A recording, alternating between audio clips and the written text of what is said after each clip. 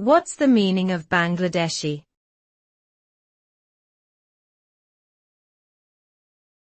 Bangladeshi.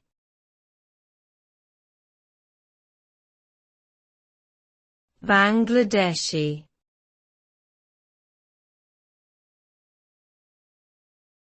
Bangladeshi.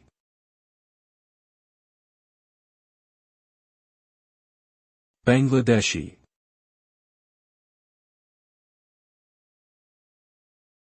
Bangladeshi is an adjective used to describe something or someone that is from or related to Bangladesh, a country located in South Asia. Bangladesh is the 8th most populous country in the world, and it shares borders with India and Myanmar. The country is known for its rich culture, history, and traditions. The official language of Bangladesh is Bengali, and its currency is the Bangladeshi taka. The people of Bangladesh are known for their resilience, hard work, and hospitality.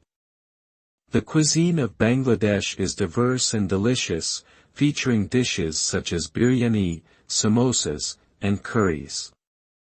Overall, Bangladeshi refers to anything related to or originating from Bangladesh.